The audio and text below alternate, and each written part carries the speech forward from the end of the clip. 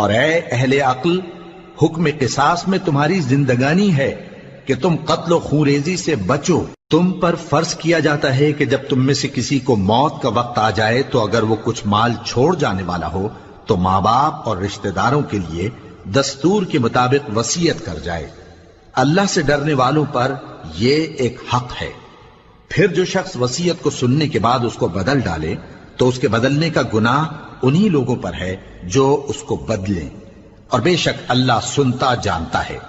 اب اگر کسی کو وصیت کرنے والے کی طرف سے کسی وارث کی طرفداری یا حق تلفی کا اندیشہ ہو تو اگر وہ وصیت کو بدل کر وارثوں میں صلح کرا دے تو اس پر کچھ گناہ نہیں، بے شک اللہ بخشنے والا ہے، رحم والا ہے۔